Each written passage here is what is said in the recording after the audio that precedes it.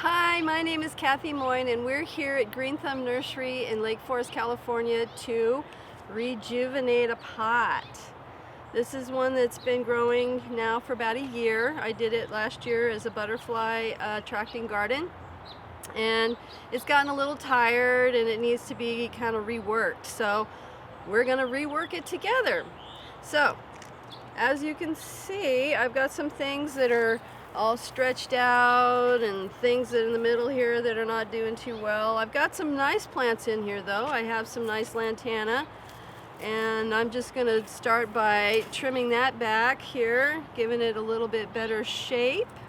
So I got a long stem that's sitting here that it's just kind of sticking out, so I think I'm going to bring it down a little bit. And sometimes when you're doing this, do it a little bit at a time and then take a look at it. If that looks good, then you can stay there. If it doesn't look good, then you kind of just keep trimming. It's easier to trim a little at a time than to whack it and go, ooh, I shouldn't have done that, and let it grow back. I mean, that's one nice thing, is it will grow back.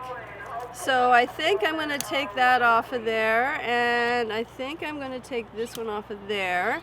So, and then there's some seed, these are seed pods, these are done, so we can take those off. We don't need to let it go to seed, so we can take those off.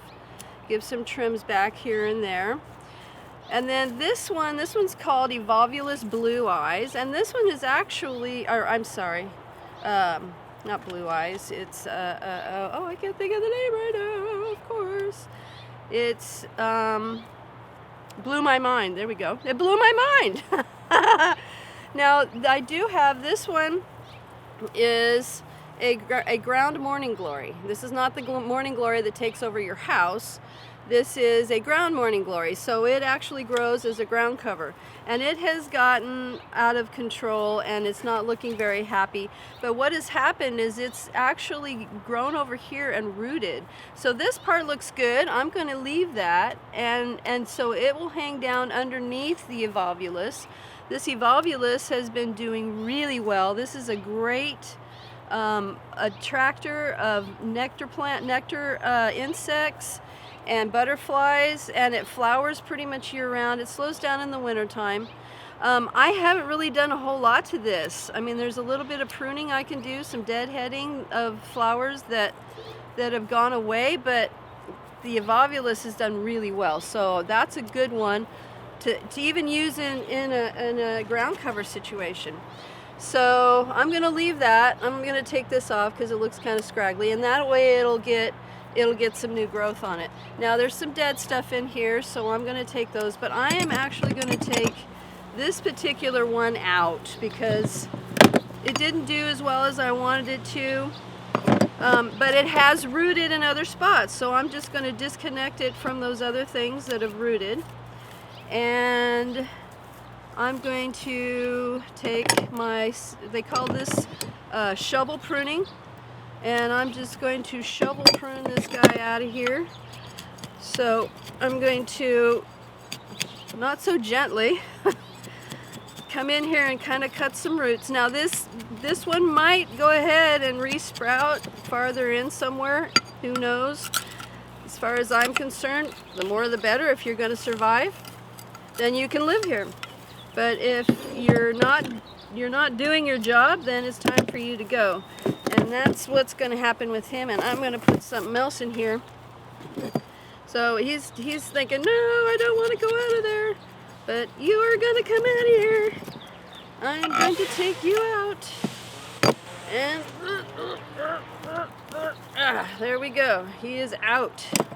So now that's going to leave me room to put some other stuff in here. Now this one, this is a pentas, or Egyptian starflower, and these actually in the wintertime they don't look too hot. They are just surviving. They don't thrive, they don't grow, they just kind of hang.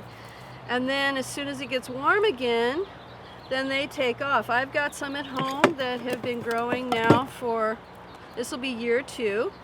And one of them had a trunk on it like that, and the gardeners came along, it's in my common area, and the gardeners came along and whacked it. And I thought, oh, it's dead. Nope, it came back.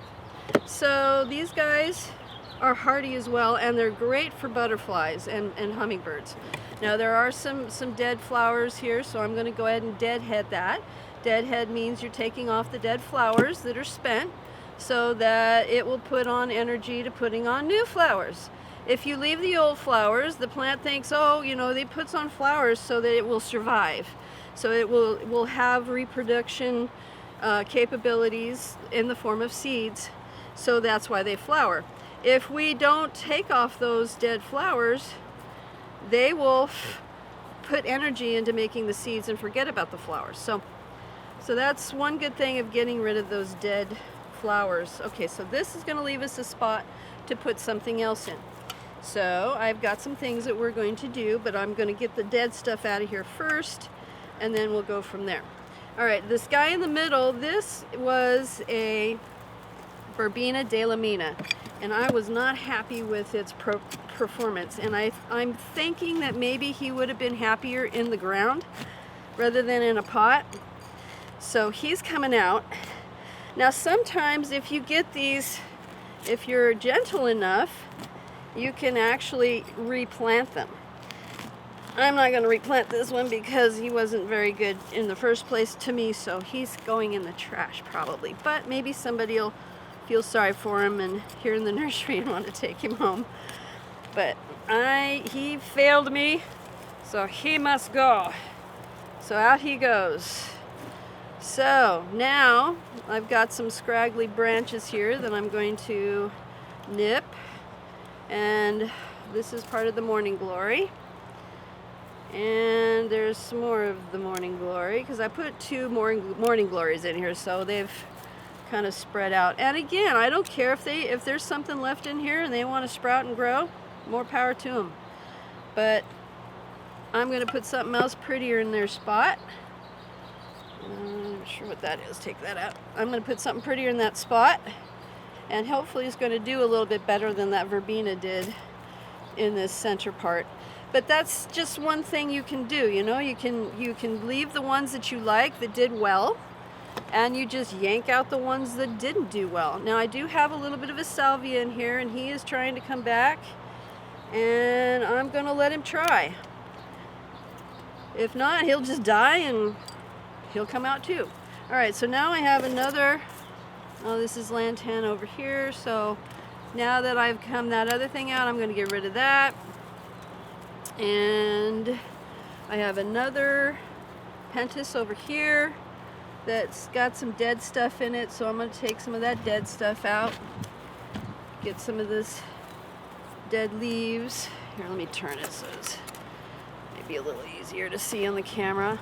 There's some more dead heads. I'm going to get rid of those. Now the way you tell if it's a dead head is compare, I guess you would compare. You can see how some of these, you can see obviously the flower, and then you can see there's nothing here. So, and then if you look at these other ones, they've got little buds, so you can see the buds. So it's obvious that this ones are coming and that one is going. So if you're, sometimes you can compare, you know, if you got an older one and you know for sure that flower is spent, then you can compare it to the new buds and the new, and then sometimes that helps you to decide, okay, is this one I want to keep, or is this one that needs to be cut off? Now too, as long as you're not cutting a ton of things off, if you make a mistake, which we all do, they'll grow back, so no worries. When I was learning things, we'd go to my grandfather's garden and we'd take our book and we'd look at the pruning trees, and we'd take the book that we had, pruning fruit trees, and we'd look at the tree, look at the book, look at the tree, look at the book, and my grandfather would stand back and laugh at us, watching us learn. And yeah, we made mistakes. He never got upset because he knew it would grow back. As long as we didn't cut too much off of it, it would grow back. So I'm preparing a little spot. I'm going to be planting some alyssum in here, which alyssum is a great little filler. This is a great attractor of bees, hummingbirds, butterflies will kind of lit on it, and it gives a nice little cascade of white over the top of the pot. Okay, so now we have, and they're small root balls, so I can kind of shove them into little spots here and there, give us some pops of color. some accent. Actually, white is not really color, but it's a good accent to accent the other colors. All right, this one is called Russellia, and this is a dwarf, and I like this one because it attracts the hummingbirds. They really like this plant. It's fairly drought tolerant, but will also take water. So you can actually put it in all different kinds of places. I've seen it in with succulents, and I've seen it in an arrangement. Now this arrangement is a drought tolerant arrangement, so it will go fairly dry between waterings and not have a problem. Now these ones can be a little tricky because they have new ones that come off, and then they have old ones, and this has got some seed on it still, so I like the fact that it's got some flowers, but I'm not too happy with the fact that it has no foliage on it, so I'm going to whack that one down. This one looks like a new one, so he's going to come off and spray out, same as this one. This one is looking a little haggard, so I think I'm going to take him out. There's another small one here that's going to grow. So I'm looking for potential while I'm pruning here. If it doesn't have any potential and it looks like it's done, I'm just going to get rid of it. Here's another one. It's gone to seed, and I don't like the way it looks, so I'm going to get rid of it. This one looks pretty good. It's obvious the ones that are brown, you're going to want to take those out. Now a lot of these are old, so they're not going to get very much more to them, so I'm going to go ahead and take them out as well. And by doing this, this gives the energy to the ones that are going to do well. All these young ones that are still in here, that their energy is going to go to them, and then that'll make them leaf out and look pretty. And it's just, like I said, a rejuvenation. So we're going to get rid of that one. We're going to save that one. Well, no, I'm going to just take the tip off. Now he's starting to get pretty thin and sparse here, so I don't want to take off too much because I still want it to have a presence in here. But anything that is definitely brown or yellow, we want to get out of here. Let's see, that's good. Yeah, this one's old and funky. So that one too. And a few little snips here and there, and we're going to call this one good. Now as soon as I put other stuff in here, you won't really notice how barren this thing looks now. Okay, here's part of my morning glory, and I'm going to leave that because as soon as I put, it's a little yellow, but I'm going to give it some fertilizer, and we're going to rejuvenate the soil a little bit here, put some different things in it to make it better. And everybody will, in about 2 weeks, we'll reflush, and we'll get some green, and everything will be great. Okay, so now this one again is another one of those morning glories, and I'm getting it on out of there, and that's going to leave me some room for, let's see, what do I got here? Alright, so that's going to leave me room for this. This is a trailing vinca, and it's somewhat a perennial. Most vincas are annuals, as we sell them here. We sell them as annuals, which means they only go about 6 months, and they're a summer annual, so they pretty much live during the summer. Some vincas, however, the regular vinca, the bush vinca, will naturalize. In fact, by seeding, they send off seeds, and then they come back again from seed. So in a way, they're kind of a perennial. And if it's a temperate area where it's sheltered from the cold, my grandmother's got them all over the place, and they never die down. So, okay, I'm gonna leave that there because they can act like a perennial, but we consider them a annual. Perennials being ones that are going to grow year after year. Oh, did I say that? Perennials grow year after year. Annuals are the seasonal ones. Sometimes when I'm not paying attention, I say things that don't make sense. Okay, so all right. So now we got another lantana. This one is more of a white lantana with the yellow, so that's kind of contrasting this one over here. And then for the center plant, I'm going to use, because this is a butterfly garden type thing I'm trying to do. I'm trying to get butterflies and hummingbirds. This one is called a buddleia or butterfly bush. Now, as you can see, the flowers are spent, so I chose this one because I wanted to show you how to deadhead this one as well. And let me just stick it in the middle here, where it's kind of going to go. So you can see these ones, what it does is it gets a bud, and then that bud will elongate out, and then the flowers start to flower at the bottom and work their way up. Now you can do, if you have time, you can strip off these used flowers just to make it look pretty and leave the one on the end. Most of the time that takes too much time, and I don't have that much time in the garden. So what I'll do is I'll come along and cut right above where the new one is going to come out. Now this one, there's a new one right there, so I'm going to do the same thing here. I'm going to cut it there. This one is completely spent, so I'm going to go down to the next group of leaves and give that a cut. Now sometimes you can see new little buds coming at the base, so if you see the buds, just make your cut above it. This one's not going to have any. The buds are down here. This one, same thing, buds right there. This one, the bud is right there. I can see a little bitty flower, so I'm going to make my cut above those. Let's shorten this up a little bit. Pruner's not very sharp. I need to get my pruner sharpened. Okay, so I'm going to leave this one because there's still a lot of flower to it. Sometimes it's easier just to strip it with your fingers. And I'm going to leave that so it can continue on. I'm going to take this one off. There's buds down here, so I'm going to go to those. And there's a bud back here in the back already, so I don't have to mess with that. And we'll take this one off. Like I said, if you make a mistake, no worries. It will regrow. Not a problem. Alright, so now I cut all the flowers off, but as soon as by doing that, within a week, these new ones are going to come out and it's going to be nice and pretty and flowering anyway.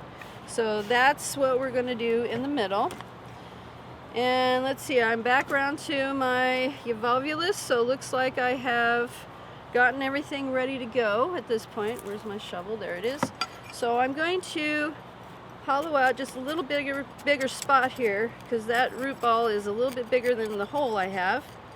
And again, I've got some roots from the other plants, but the majority of the root ball is underneath the plant. So if I damage a few little roots on the side, usually not a problem with annuals. Now if you're talking about trees or things like that you get in and start cutting stuff, some things are more tender than others.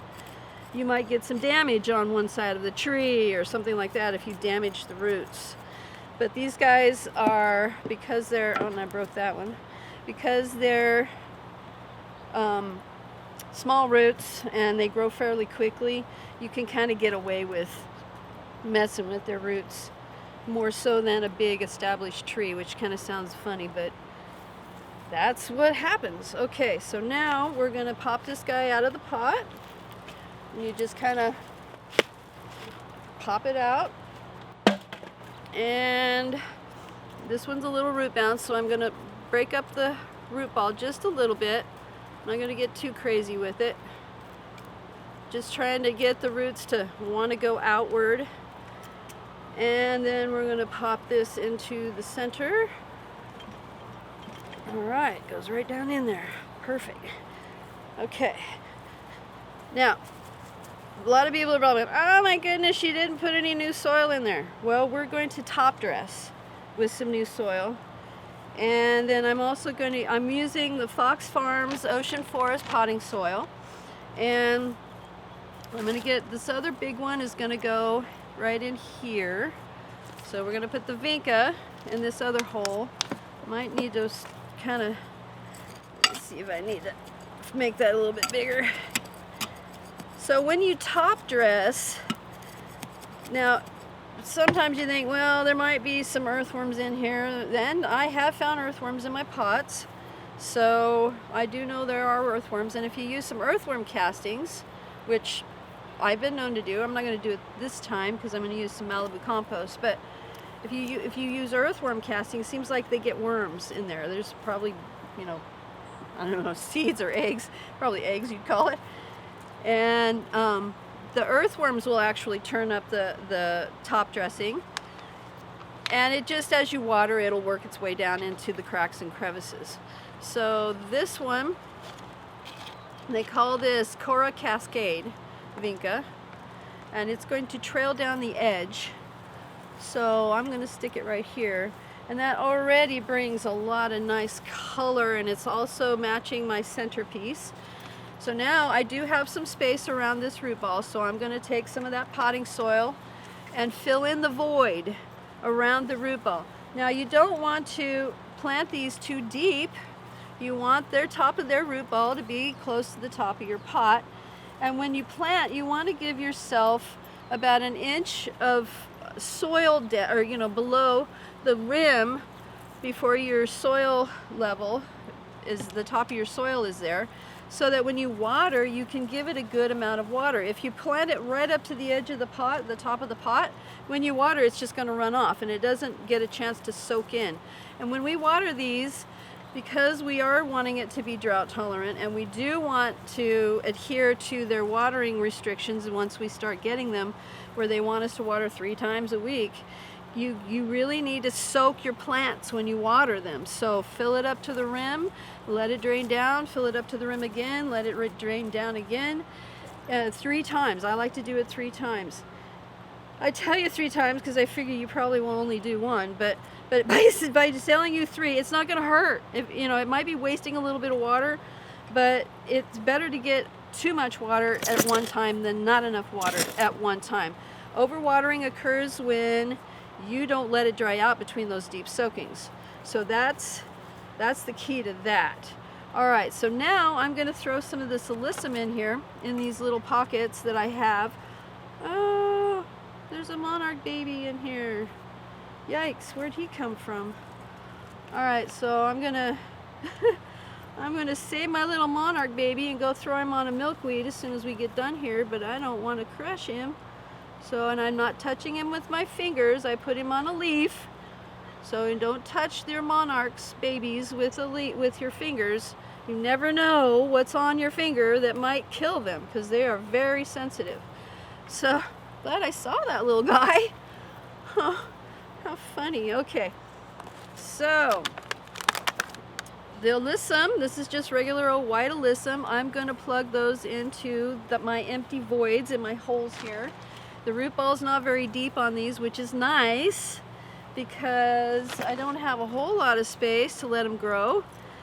But they are going to, alyssum will bloom year round, and it's going to hang off the edge, and it gives a nice pop of color. Now they do get a beetle every now and again. There's a harlequin beetle, and I haven't seen them as much lately. Of course, now that I say it, I'm going to see them all over the place.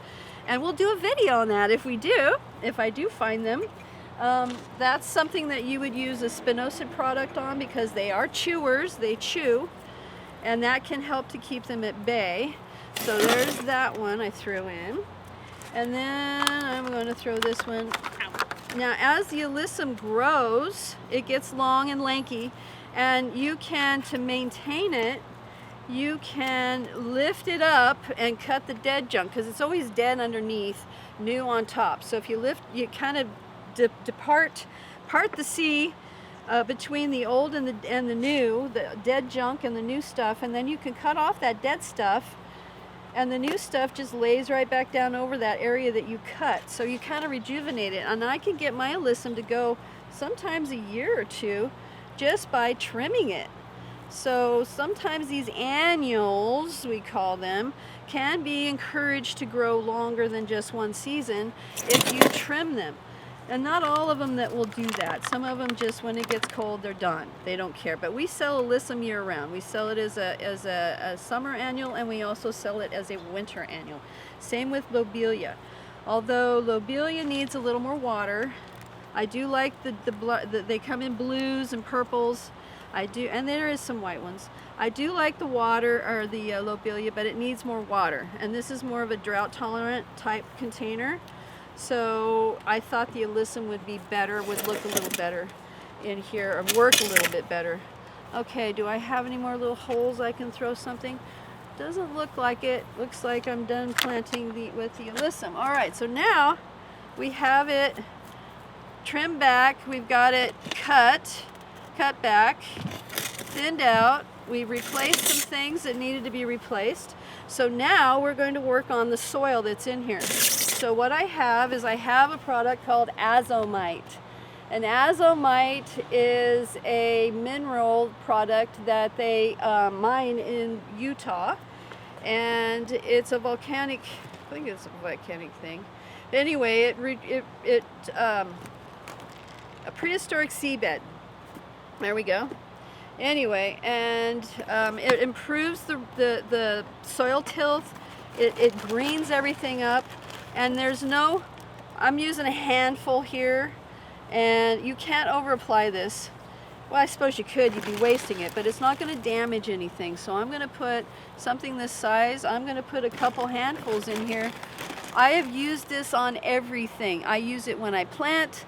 This is really good for your old soils. It helps to rejuvenate soils. It remineralizes the soils, and it makes everything green up. I just transplanted a Norfolk Island pine that, poor thing, I had it in the pot for way too long. The root ball was like this, and the tree was huge, and it was yellow, and it was dying, and it's like, if you don't transplant me, I'm going to die. And I transplanted him finally, because I got some time, and a week later I put the azomite in there. A week later, all those brown branches and yellow branches have turned green. So I know this stuff works. Azomite is an awesome product, and everybody should put it in their garden. Vegetables, fruit trees, you name it. If you've got something in a container, this works really well for that. Sorry, I keep pounding things, making noise.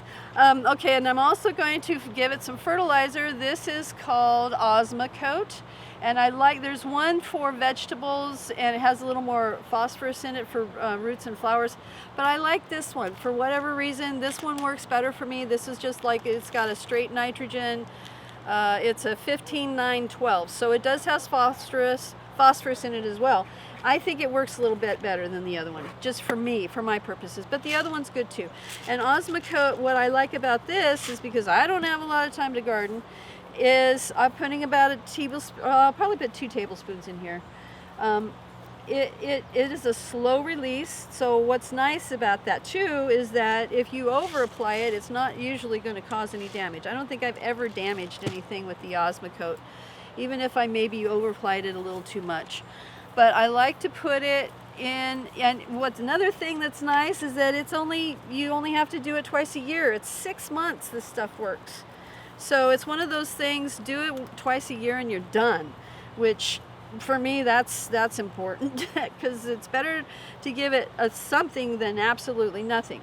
And the Osmocote does work very well. It is not organic, and this is not organic, but it's not going to affect the butterflies or anybody that comes and visits this little pot to get their nectar from. Okay, and now I'm going to top it off with the Malibu compost. Hold that up. Sorry if you couldn't focus that, but my arms were not going to hold that up without smashing my plant, so I had to let it go. Anyway, so now I'm going to top dress with that. And what the Malibu compost does is that's going to jumpstart microorganisms that are in the soil already, and it's going to bring new microorganisms into the soil if it didn't have any.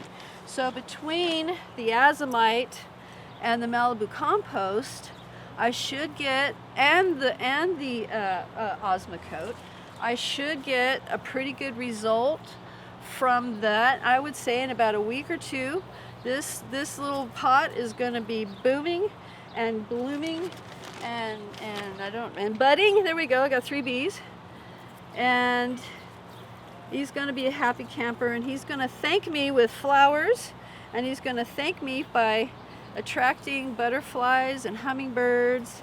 Those who don't like bees, but those who do like bees, it's going to attract bees as well. And also what the Malibu does is it helps the soil tilth. It helps the plants to mediate or moderate water use. And on the plants that I've put this on, I have ones that I hadn't put it on, they dried out way faster, the ones that didn't have the Malibu on. So again, that's an important thing that we have to think about with drought and the summer heat and all that fun stuff. So here we go. There you go, rejuvenated bowl, and should be good for another year. So thank you for watching. If you have any comments, please comment. If you have any questions, please ask. And if you've got any suggestions for future videos, I would love to have some suggestions as well. So thank you for watching. If you liked it, click the like. If you're not subscribed, please subscribe.